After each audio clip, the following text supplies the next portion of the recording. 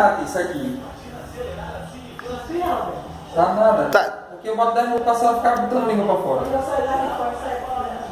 Isso, pode ir, à vontade. Tenha sempre a ideia e facilite para o senhor de não tocar na fita. Que é como se tivesse um obstáculo, se eu tivesse que passar por ele, entendeu? Só isso que eu peço, senhor. Mas aí vai coordenando direitinho, equilibrando, estabilizando o corpo. Quando perceber que está instável demais, dá uma segurada, refaz o percurso. Esse é o movimento que o senhor tem que fazer. Ó, tá bem danado, viu? Tá até mais rápido do que a primeira.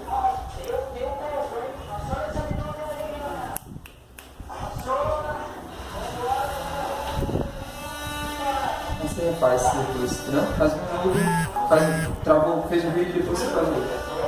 Isso aí, seu Lulu, tô seguro do senhor, viu? Fica com medo não, pode, pronto. Desestabilizou um pouquinho, respira, depois faz o outro.